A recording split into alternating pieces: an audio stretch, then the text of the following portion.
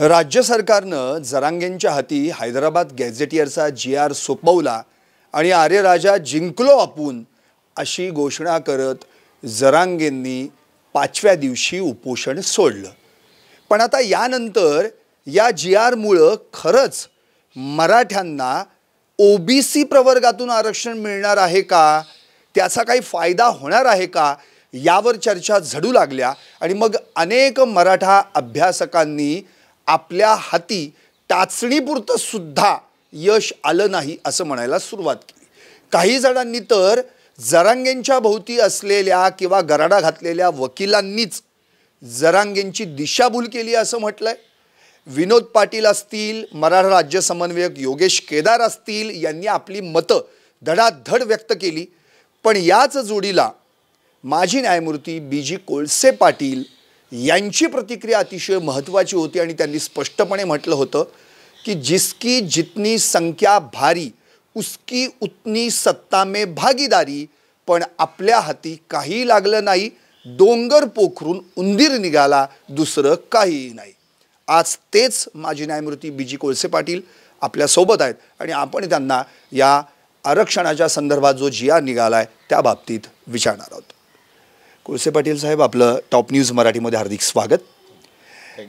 अगदी तुमची पहिलीच प्रतिक्रिया जी म्हणजे डोळ्यांत अंजन घालणारी होती। तुम्ही स्पष्टपणे म्हटला होतात की यार मी रडून जरांगेंना सांगितलंय की मराठ्यांचं नुकसान करताय, असं करू नका।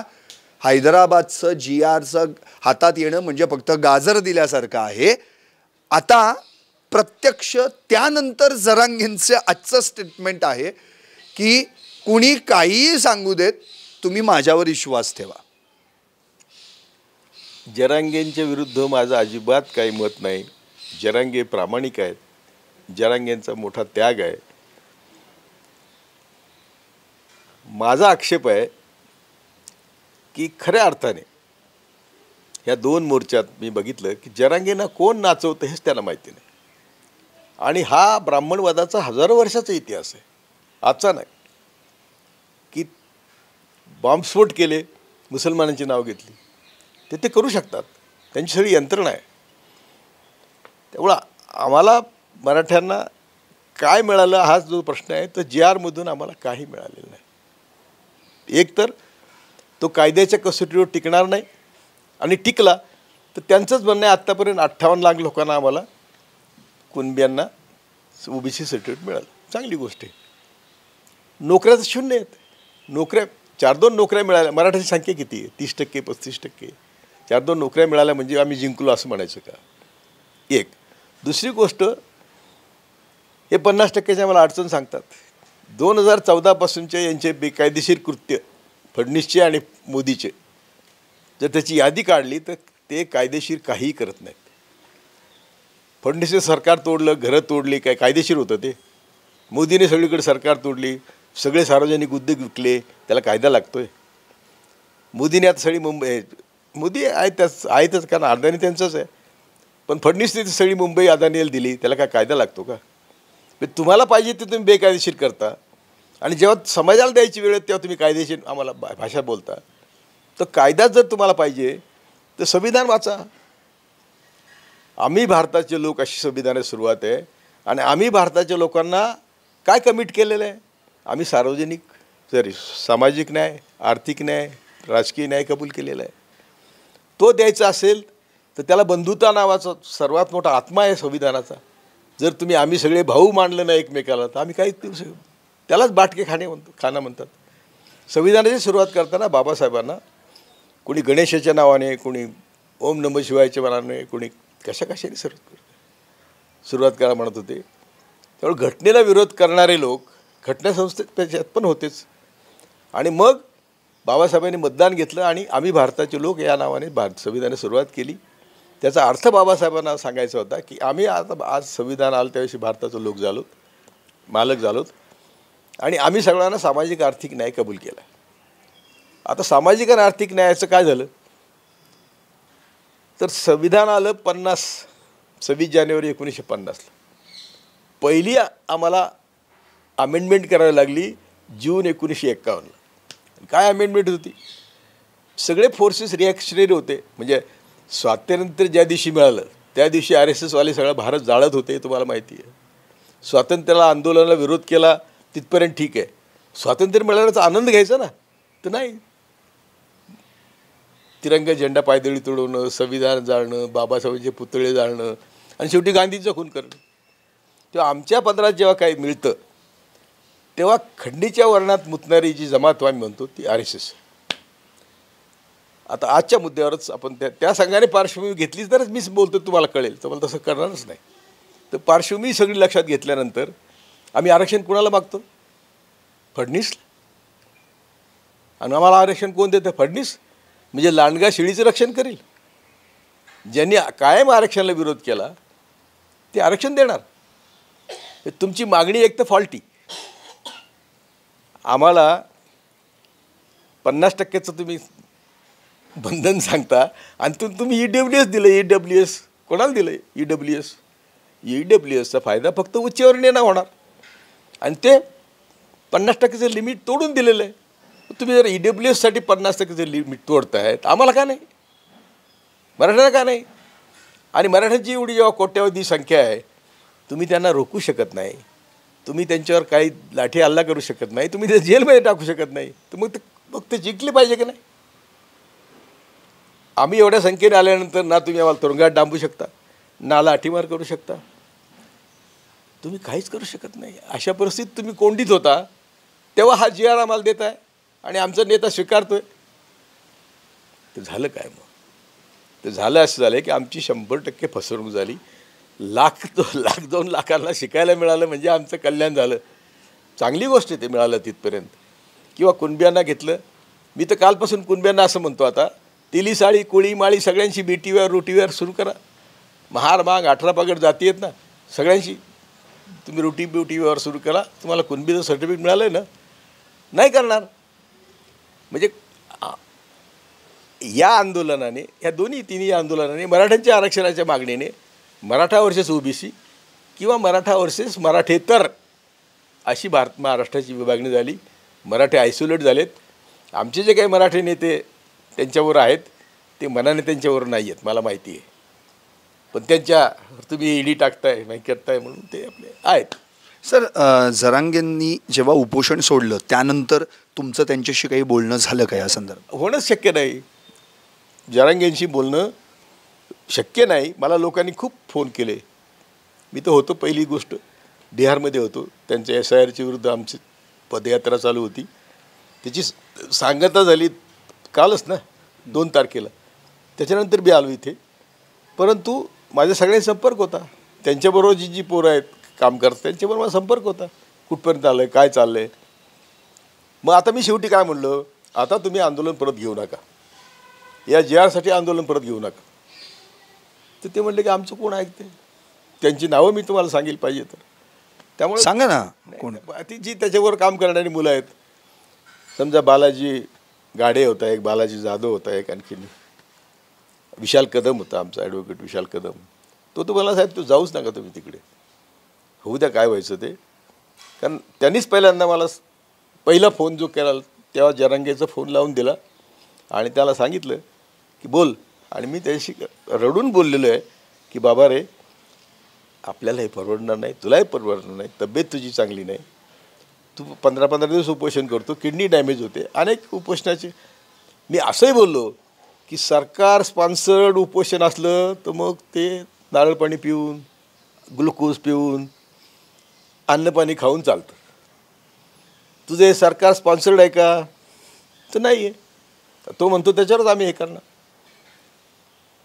तेव्हा माझी सर्वांना विनंती आहे की अशा आंदोलनाने तुमच्या पदरात काही पडणार नाही. तुमची ताकद वाया जाते, तुमची बदनामी होते, तुम्हाला बदनाम केलं जाते. सगळीकडे मराठे झालं ना. म्हणजे तुम्ही जर आमचे कोट्यावधी लोक येत आहेत मुंबईत तर त्यांची व्यवस्था करायला पाहिजे. सरकारची ताकद किती मोठी असते, परंतु ती करायची नाही म्हणून कोणी आंघोळी रस्त्यावर केल्या, कोणी काय केलं असेल ते त्यांचा काय दोष आहे. माझं आता मराठ्यांना आव्हान आहे, मी तुमच्या आरक्षणाच्या विरुद्ध नाही. तुम्हाला जे काही मिळालं त्याच्यामुळे मी आनंदी आहे. त्याच्यासाठी तुम्ही ताकद लावली त्याचा मला विरोध आहे. सर, ते मराठा राज्य समन्वयक योगेश केदार असं म्हणतायत की जरांगेंसोबत जी वकिलांची टीम आहे त्यांनी त्यांची दिशाभूल केली, ते मिसगाईड करत आहेत. मी समजावून सांगत होतो की आपल्याला या GRमध्ये बऱ्याच फेरफार दिसत आहेत, काही शब्द चुकीचे आहेत, पण माझं त्यांनी त्यावेळी ऐकलं नाही. नाही, आता काय उपयोग सांगून.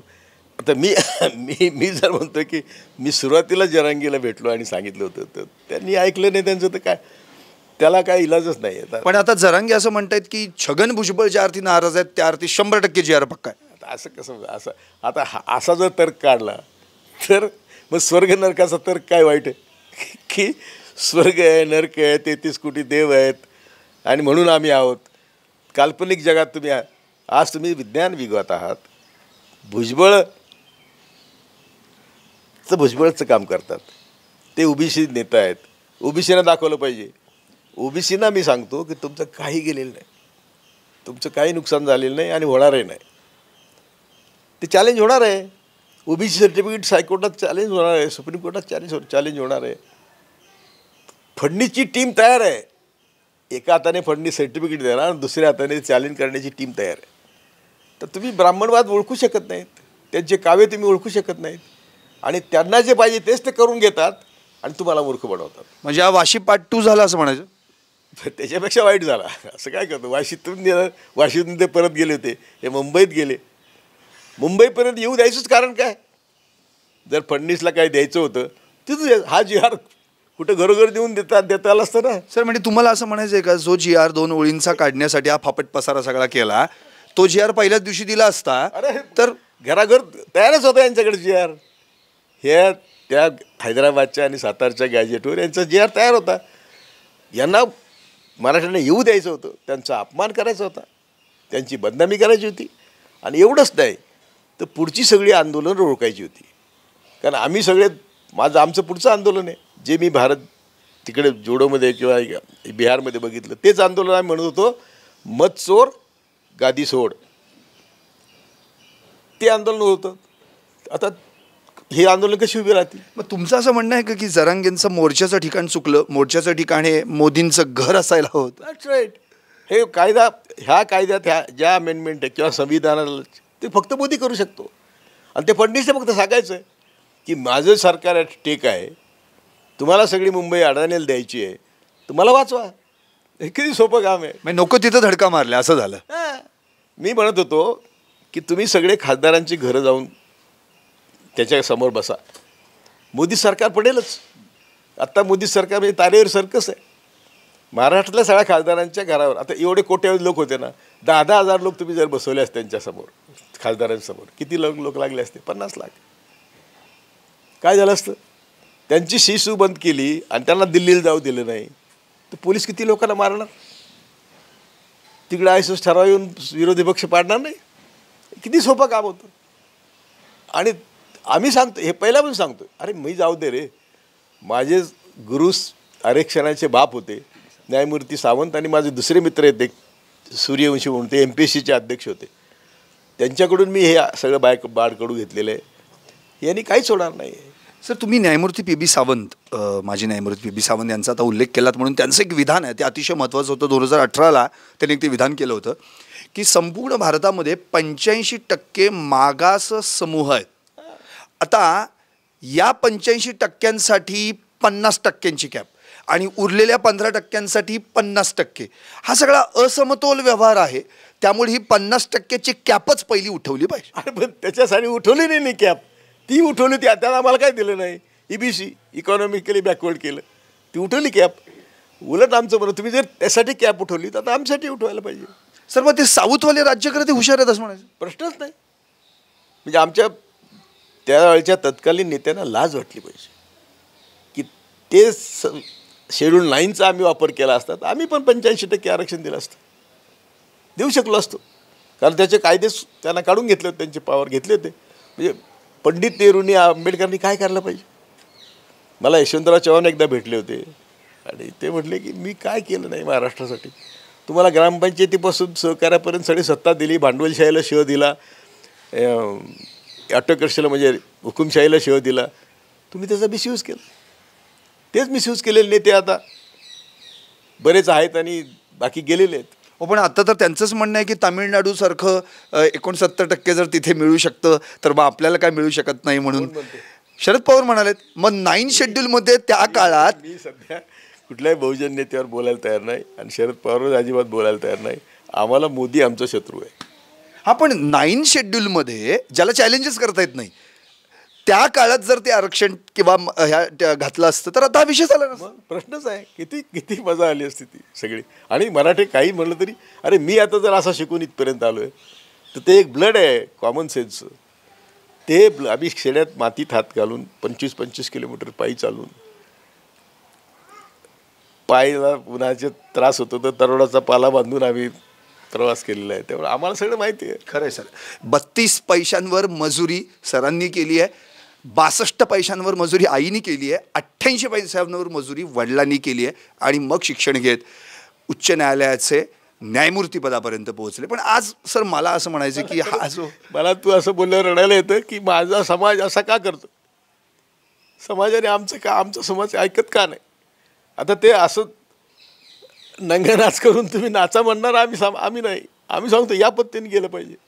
आणि ही पद्धत न्यायमूर्ती सावंतांनी आम्ही किती वेळा मी टी व्हीवर सांगितलं हो त्यावेळेस. दोन्ही सभेने सभा विधानसभा आणि नाही इथे आपल्या विधान भवन आपलं विधान परिषद आणि दोघांनी एक ठराव पास केल्यावर म्हणलं एकमताने, त्याला कोण विरोध करणार, एकमतानेच ठराव पास. पण ते म्हणलं हे काही संविधानाचे बाप नाहीत, संविधान यांचं बाप आहे, सगळ्यांचं बाप आहे संविधान. पार्लमेंटचं पण बाप संविधान आहे, श्रेष्ठ फक्त संविधान आहे. आणि पार्लमेंट बरोबर आहे की नाही, त्यांचं संविधानाप्रमाणे काम चाललं की नाही हे बघायचा अधिकार सुप्रीम कोर्टाला आहे. आता हे सगळेच जर बोथट झाले तर आमचं कोण वाली हो, कोणी वाली. सर मला आणखी प्रश्न विचारायचा आहे की आरक्षण म्हणजेच विकास आणि उन्नतीचा रस्ता असा एक संभ्रमच निर्माण करून ठेवला गेलेला आहे असं तर वाटत नाही ना तुम्हाला? नाही, पण आरक्षण आवश्यकच आहे. आम्ही जर देशाचे सगळे लोक मालक आहोत तर आम्हाला सगळ्यांना आमच्या संख्येच्या प्रमाणात सत्ता मिळाली पाहिजे. त्यामुळं आरक्षण म्हणजे विकास आणि फक्त आरक्षण म्हणजे विकास याला अर्थ आहे असं नको बोलू तू. मात्र ते मिळत नाही आणि ते तुम्हाला मिळवलं पाहिजे. जसं आंबेडकरांनी म्हटलं होतं की समानता अर्थात हा नियम आहे आणि आरक्षण ही तरतूद आहे आणि तरतूद ही नियमापेक्षा मोठी असू शकते. हेच तर केलं ह्या 26 जानेवारी 1950 पासून जून 1951 तेच तर केलं या कोर्टाने. इक्वालिटीच्या नावाखाली सगळे काढून टाकलं आणि म्हणून ते पहिली अमेंडमेंट आणायला लागली. तर तेच का नाही, ते का करणार नाहीत? त्यांनी पहिल्यापासून प्लॅनिंग केलं संघाने, RSSने 42 पासून ते म्हणत होते की कोणाचाही पक्ष आला सत्तेवर राज्यकारभार आम्ही करणार. आणि आत्तापर्यंत बघा ना तुम्ही, औरंगजेब काय कुठले मोगल आले, जाऊ दे सोडून द्या. सर्वात महत्त्वाची गोष्ट, ख्रिश्चन धर्म कधी आला? 50 साली. कोणी आणला? नमुंद्री ब्राह्मण, टॉपमोस्ट ब्राह्मण. इस्लाम धर्म कधी आला? 650 साली. कोणी आणला? नमुंद्री ब्राह्मण. तुम्ही टॉपमोस्ट लोकांनी सगळे धर्म घेतले ना, तर बाकीच्यांनी घेतले. आणि आता तुम्ही आम्हाला सांगता की ते शत्रू आहेत आणि त्यांच्या बायकांची पोटं फाडून सावरकर लिहितं, ते मुलं मारली पाहिजेत. तर हे काय चाललं आहे, कशाकरता चाललं आहे? संपूर्ण समाजाला चुकीच्या दिशेने न्यायचं. तुम्हाला गांधीला मारायचं काय कारण होतं? तुम्हाला बाबरी मशीद पाडायला काय कारण होतं? पण मग तिकडेच गुणरत्न सदावर ते पंडित नथुराम गोडसे जय हो असं म्हणतात. म्हणून आता त्याला कोण रोखणार? कारण बहुजन समाजाला कधीच काही मिळालं नाही. ज्यांना कोणाला मिळालं ते असे मिटक्या मारत चुकीच्या पद्धतीने खातात. आपण काय करणार? सर आणखी एक महत्त्वाचं, नेहमी मराठ्यांच्या आरक्षणाबद्दल विषय निघाला की मराठे सदन आहेत, मराठे विकसित आहेत, मराठ्यांमध्ये म्हणजे कारखानदारी त्यांचे, शिक्षण संस्था त्यांच्या. पण सर असे कितीतरी बहुसंख्य मराठी आहेत जे मागास आहेत, त्यांना आरक्षण नको का सर? तुला वेळ असला तर माझी झोपडी तू बघ, फार वाईट परिस्थिती आम्ही आलो रे. त्यामुळं असं काही नाही आहे की वेळ लागेल थोडा, पण हे तुम्हाला मी माझं दाखवतो की आमचं जीवन कसं होतं आणि आम्ही तरी का डरकाळ्या फोडतो, कारण आम्ही आमच्या पायावर उभे आहे. आम्हाला स्वतंत्र विचाराने, हे बाबासाहेब काय म्हणतात की मनुस्मृती हा इतिहास आहे, 100% चूक आहे. मनुस्मृती आजही जिवंत आहे, बाबासाहेब म्हणतात. मी तुला माझं घर दाखवतो म्हणजे तुला कळेल की हे बघ, हे माझी झोपडी. आम्ही 76 सालचा माझा फोटो आहे. याच्यात कोंबड्या, शेळ्या, आई वडील आम्ही सगळे झोपत होतो. आणि मी जेव्हा लॉला आलो तर शेजारचा मुलगा म्हणतो, अरे कोळशे तुझा शेळीचा वास येतो. मी बोललो, शेळी तर आमची फॅमिली मेंबर आहे, देशच माहिती नाही हाय फाय क्लासला. हे जे 15% तू म्हणतो ते जे यांना काही देश माहिती नाही, त्यांना आमच्याबद्दल घृणा आहे. त्यामुळे आम्ही जर 85% लोक एकत्र आलो तर आम्ही एकत्र सुसू केली तरी हे कुठं राहतील. सर, मग इंदिरा साहनी वर्सेस इंडिया ही जी केस होती आणि 92ला निकाल लागला, ही कॅप आता हटवण्यासाठी काही प्रयत्न होतील का नाही? कारण की आता अमेंडमेंटची खरंच गरज आहे. कॅप त्यांची नाही, कॅप गजेंद्र गडकर पहिले चीफ जस्टिसने आणलेली कॅप आहे. ते तरी कोण होते? त्यांनी आपल्या जावयाच्या अपॉइंटमेंटसाठी मुंबई हायकोर्टाच्या अपॉइंटमेंट थांबवल्या, कारण त्याचं वय झालं नव्हतं. 38 वर्षाचे होते, 40 वर्षाचं कंडिशन होती हायकोर्ट जज करायला. चांगले होते, माझे मित्र होते ते, जागीरदार म्हणून. पण त्यांच्यासाठी 2 वर्ष मुंबईचे अपॉइंटमेंट थांबवणारे गजेंद्र गडकर, आणि ते आम्हाला 50%ची कॅप घालतात. तर ती कॅप बेकायदेशीर आहे, संविधानाच्या स्पिरिटला धरून नाही. परंतु इंदिरा साहनीमध्ये त्यांचा नाईलाज होता, त्या बेंचचा डिसिजन त्यांना फिरवता येत नव्हता, त्यांनी फिरवलं नाही. बाकी सर, आत्ता जो काही जरांगेंच्या हाती GR लाभलेला आहे, तर त्याबद्दल आता नेमकं काय म्हणतील की खरंच याच्यानं मराठ्यांना फायदा होणार आहे का आणि ओबीसीचं नुकसान होणार आहे का? ओबीसीचं पण नुकसान होणार नाही, मराठ्याचा फायदा होणार नाही. आणि हे मी आता वारंवार सांगितले की लाखात हो, तुम्ही आत्ता तुमचीच भाषा आहे जरांगेची की 58 लाख लोकांना फायदा मिळाला. कुठली किंमत देऊन मिळाला? आणि असे किती मिळतील अजून 58 लाख. तर तेवढ्यांचं म्हणजे मराठ्यांचं कल्याण झालं का? त्यात माझी दुसरी एक विनंती सर्वांना की जे आम्ही फुले शाहू आंबेडकरांच्या त्यागातून शिकलो, आमची जबाबदारी आहे की आम्ही फक्त आमच्यासाठी अन्न वस्त्र निवारा ठेवून बाकी सगळं समाजाला दिलं पाहिजे. आणि तुम्हाला सांगण्याचा अधिकार आहे, मी जेव्हा मरेल तेव्हा माझ्या नावावर काही असणार नाही. आम्ही सगळ्या प्रॉपर्टीचे ट्रस्ट केला आहे. मी मुलाबाळांना सांगितलं हे समाजाकडे परत गेलं पाहिजे. तेव्हा माझ्यावर कोणी नादी लागू नये. मी मरणाला भेट नाही, जेलला भेट नाही, पोलिसला भेट नाही, तर बाकी माझं राहिलेच काय. सर, एक शेवटचाच प्रश्न. मुळात आत्ता जे आंदोलन झालं यामध्ये जरांगेंनी स्वतःला देखील त्रास करून घेतला. 5 दिवस अन्न पाण्याविना त्यांनी काढले. लाखो मराठ्यांचे, ज्यांची मुंबई आहे आपण असं म्हणतो, त्याच मराठ्यांचे मुंबईत हाल झाले. पण ठीक आहे, जाताना मराठी पण म्हणाले की बाबा सॉरी मुंबई, थँक्यू मुंबई असं म्हणून ते निघून पण गेले.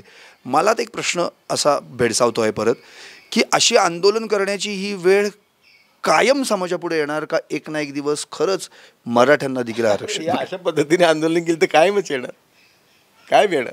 आणि आता परत आंदोलन उभं करणं फार अवघड आहे. आंदोलन असं चुकीच्या पद्धतीने उभे केलं ना, आता तो हार्दिक पटेलला आंदोलन, अशी आंदोलनं जी आहेत, गुजरने आंदोलन केलं होतं, या सगळ्या आंदोलनाचा तू जर काही मिळत नाही, तू सांगतो की ज्या आंदोलनातून समाजाला काहीच मिळालं नाही, अशी आंदोलनं मोठी होतात, त्यातून समाजाला काही मिळत नाही, त्याचा फायदा कोणाला होतो? ह्या मुठभर 15%, मुठभर 3.5%.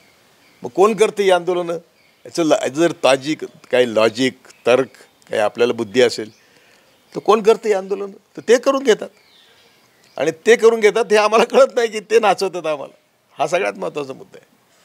नक्कीच. एकंदरीत कोळसे पाटील साहेबांनी आपल्याला मुळात आरक्षणाचा जो मूळ हेतू आहे तो ह्याच्यातून साध्य झाला का, तर नाही असंच उत्तर आलं आहे. आणि त्यांनी स्पष्टपणे सांगितलं की या सगळ्या प्रकरणामध्ये केवळ 58 लाख कुणबी नोंदी आधी होत्या, तर आणखी वाढतील. जरांगेच म्हणतात आणखी वाढतील. शिक्षणाचा फायदा होईल निश्चितपणे, पण यामुळं तो झालाच पाहिजे. पण यामुळं नोकऱ्या किती आहेत? म्हणजे इकडे शिकून सवरून मोठं होऊ आपण, पण नोकऱ्या तेवढ्या प्रमाणात आहेत का? हा पहिला मुद्दा. आणि दुसरा मुद्दा त्यांनी स्पष्टपणे सांगितला, 11 वर्षात नवीन भरतीच नाही ना, सरकारी नोकऱ्यात भरतीच नाही. दुसरा मुद्दा त्यांचा महत्त्वाचा की आंदोलन जे आहे ते ॲक्च्युली पंतप्रधान मोदींच्या घरी होणं गरजेचं होतं. त्या ठिकाणी जर ते झालं असतं तर याच्यातून रस्ता नक्कीच निघू शकला असता. पाहत राहा टॉप न्यूज मराठी, आपला महाराष्ट्र, आपली बातमी. घ्या परदेशात भरारी, तेही सर्वसामान्यांना परवडणारी. 1 रुपया भरा आणि थायलंड मध्ये फिरा. सचिन इंटरनॅशनल घेऊन आले आहेत जगातली सर्वात स्वस्त परदेश टूर. पूर्ण 5 दिवसांचं पॅकेज आता फक्त 32,999 रुपयांमध्ये. पॅकेजमध्ये विमान प्रवास, हॉटेल, ब्रेकफास्ट, ट्रान्सपोर्ट आणि प्रेक्षणीय स्थळे. सचिन इंटरनॅशनल 18 वर्षांपासून पर्यटन क्षेत्रातील एक विश्वसनीय नाव. सचिन इंटरनॅशनल सोबत मनसोक्त फिरा. संपर्क 7767989898.